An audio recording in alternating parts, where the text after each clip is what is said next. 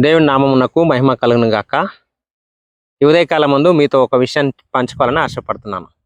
ఈ వీడియో చివరి వరకు చూస్తే మీకు ఒక ఆత్మీయ సత్యం మీకు బయలుపడతా ఉంటుంది. ఈ రోజున చాలా కుటుంబాలు, చాలామంది వ్యక్తుల జీవితాలు చిన్నాభిన్నం కావడానికి గల కారణం ఏంటంటే నోటి మాట. నోటి మాట ద్వారా కుటుంబాలు కట్టబడతాయి, కుటుంబాలు విడిపోబడతాయి. వాక్యం తెలియజేస్తుంది. సామెతలు 15వ అధ్యాయము 1వ వచనం. మృదువైన మాట క్రోధమును చల్లార్చును, నొప్పించు మాట కోపమును రేపును. మృదువైన మాట క్రోధమును చల్లారుస్తుందంట. ఒక వ్యక్తి కోపముతో మన మీద కోపపడుతూ మాట్లాడుతున్నప్పుడు మనం కూడా అంతే కోపంతో కనుక మనం స్పందిస్తే ఆ సమస్య ఎంతో పెద్దగా అయ్యి ఆ ఇద్దరి మధ్యలో ఉన్నటువంటి సహవాసం దెబ్బతింటుంది. ఒక వ్యక్తి కోపంతో మాట్లాడుతున్నప్పుడు మనం సమాధానంగా కనుక మనం మాట్లాడితే, వినయంగా, విధేయతతో, ప్రేమతో, సహనంతో మాట్లాడితే అతనిలో ఉన్న కోపం కూడా తగ్గిపోయి ఇద్దరి మధ్యలో సహవాసం అన్నటువంటిది ఏర్పడుతుంది. అంటే ఈ మాటలు మాట్లాడే విధానము దేవుని వాక్యం తెలియజేస్తుంది. మృదువైన మాట క్రోధాన్ని చల్లారుస్తుందంట. అంటే ఇది దేవుని యొక్క ఉద్దేశం. మనం మాట్లాడే మాటలో ప్రేమ ఉండాలి, మనం మాట్లాడే మాటలో వినయం ఉండాలి, విధేయత ఉండాలి, క్షమించే గుణం ఉండాలి.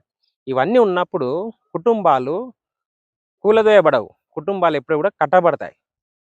ఈ రోజున ఈ మాట వింటున్నటువంటి ప్రియ సహోదరుడా, ప్రియ సహోదరి, నీ నోటి మాట ద్వారా నీ బంధువులే కావచ్చు, నీ స్నేహితులే కావచ్చు, నీకు దూరమైన పరిస్థితి ఉన్నదేమో ఒకసారి ఆలోచన చేసుకో. ఒకవేళ నువ్వు మాట్లాడిన మాటను బట్టి నీ అనుకున్న వారు ఎవరైనా నీకు దూరమై ఉన్నట్లయితే అది నీ మాట ప్రభావమే కావచ్చు. అయితే ఈరోజు ఒక నిర్ణయం తీసుకొని మంచిగా మాట్లాడే వ్యక్తిగా నువ్వు ఉన్నట్లయితే విడిపోయిన కుటుంబాలు, విడిపోయిన బంధాలు, విడిపోయిన స్నేహితం అన్నీ కూడా కలిసి వస్తాయి. దేని ద్వారా తెలుసా? నోటి మాట ద్వారా. పెద్దలు ఒక మాట అంటారు, నీ నోరు బాగుంటే ఊరు బాగుంటుందంట.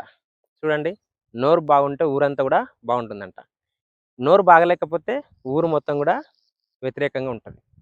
కాబట్టి ఈ దినాన మన నోటి మాట ఒక మనిషిని బ్రతికించగలుగుతుంది, ఒక మనిషిని చంపగలుగుతుంది.